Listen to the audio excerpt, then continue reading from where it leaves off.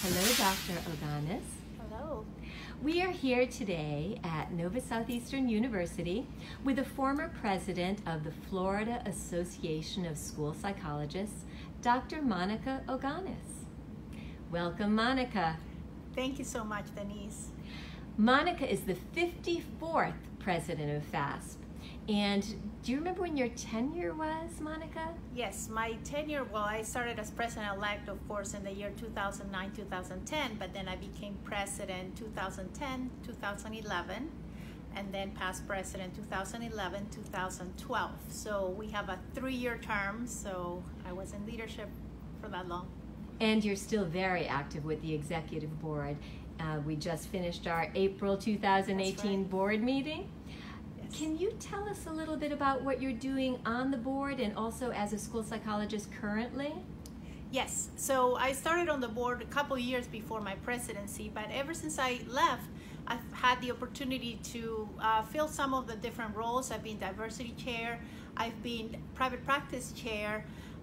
Currently, I am the school neuropsychology committee chair, and also the chair for this year's Florida Association of School Psychologists annual conference, which I'm very excited about because I do believe that training and professional development is one of the richest areas in which one can be involved in the association, because it really matters for us as an association to really improve the expertise of our members so we can serve our students better. So I'm excited about planning this year's conference. That's great, Monica, and I'm going to want to hear more about what some of the things that you're doing to advertise school psychology in the community. Yes. But right now I'd like to switch gears and just ask you a couple of questions about that 2010-2011 year when you were president. What were some of the major accomplishments or events that took place under your presidency?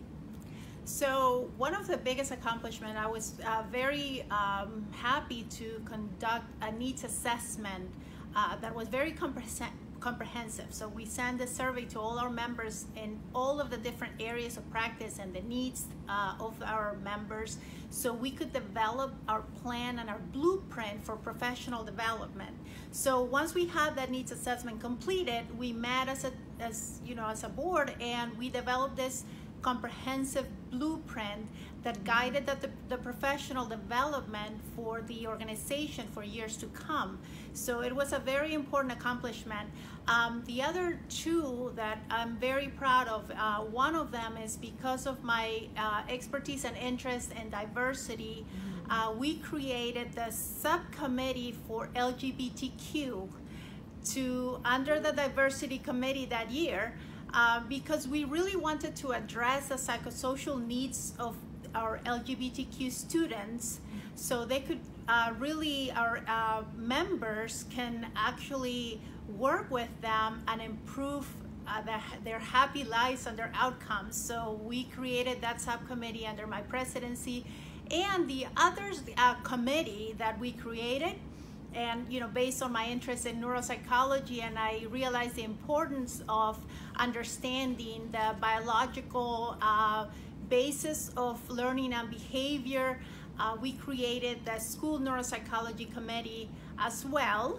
And so that's when it started, and we've had different chairs, and I happen to chair the school neuropsychology committee now 7 years or so later after I created the subcommittee, so it's kind of interesting. That is great, and of course you are a school neuropsychologist. Yes. So, were there any challenges that you can remember that actually occurred during your presidency? Yes, and in every profession, we always see different, theoretical orientations or practices or different trains of thought.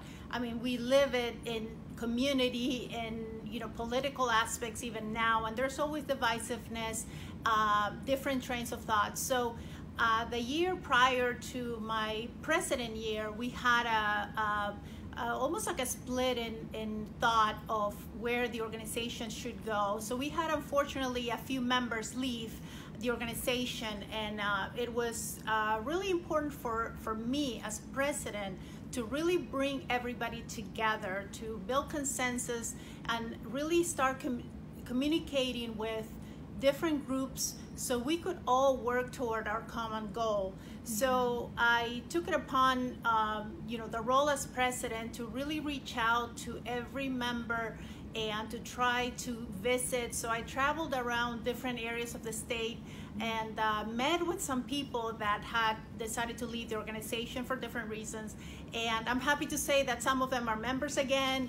And I think it was important that we built bridges, that we communicated, and that we understood that in our differences, we could celebrate our common goal, which is serve the children of Florida, and so in serving them together, we could improve their educational and mental health outcomes. And I think we are doing a great job as FASP in accomplishing that goal. I think it's important for all of us to realize that communication and building bridges and working within diversity is an important goal of our organization and also for ourselves as school psychologists. Yes, absolutely. Were there any political, environmental, or personal influences on your presidency that you would feel comfortable sharing with us? Well, I would say the influences were my own peers. In everything that happened, what I did is I reached out to who I consider to be my mentors in the field, people that had really walked in different areas of practice, so they could help me build that consensus and actually understand everybody's points of view. So I really owe to a lot of the FASP, even board members, but even other members of the organization, the ability to bring everybody back together in a short time. And we're still building those bridges even now. However, the relationships that we build, or I build, and I depended on back then are so strong, and these people became my mentors, that I really am amazed at how quickly people come to help each other when we have a situation or a crisis or whatnot. But that was one aspect. And then the other aspect was, for me, I think that spiritually I do have a strong belief in God and his power, and I think that he was very present in me and my ability to actually be president and lead an organization of, at the time, over 1,000 members. And even though I was sort of young in the profession at the time, but I think that sometimes when you do it from the heart and you do it in the spirit of service and having God first and foremost in your life, you do it in just like a different manner. So I really want to acknowledge that and acknowledge him and present in my life and everything I do. Thank you, Monica. Could you tell us a little bit more about what being the FASP president has meant to you personally? So personally, to me, was one of the highest honors of my life in my professional career. I can't imagine having such a better opportunity to actually create and really engage in that vision to provide the avenue for our next steps in the profession. So as a president, I was able to really take the organization toward that mission and have an impact on the vision of how we would get to that goal, because we want, as school psychologists, to be better and improve the quality of service that we provide to the children and the families that we serve, and to really improve their educational and mental health outcomes. So to be able to lead not just a board of 35 wonderful volunteers that served that year, but also to impact the organization and to see the development of the committees that I created that are still very strong and present, has really meant a lot to me, and I am just so honored to have served as president of FASP. And we're very fortunate to have had you as the president, and also for all of your continued work for our organization.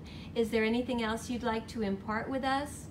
Well, I think that it's very important that us school psychologists and as professionals in this field, we really engage in advocacy, and really at different levels. We have to advocate first and foremost for the children we serve. We serve children that are in educational settings and other settings outside the school, and we must advocate for their educational and mental health outcomes every single day that we can, and work with them and their families. It is also important that we advocate for our profession, because we need to improve our visibility so people know that we have the expertise that we have, and that we could work in the schools, we can work outside of the schools to really help the families that we serve so they have a better quality of life, they have better outcomes, and in doing so, we can really improve our community, improve humanity in general. So I really exhort all the professionals that are out there to really feel passionate about this field that is wonderful, to engage in advocacy, and to start at the student level. So students, practitioners, people that even have already retired, all of us, it's up to all of us to really engage in this advocacy and to really kind of give back to this profession that is so wonderful, because in doing so, we will really, truly improve humanity, and we'll all have happier lives. Thank you, Dr. Monica Oganes, for all the work you've done as FAST president, and for all the work that you continue to do for us. Thank you so much, Denise. It's my pleasure and my honor.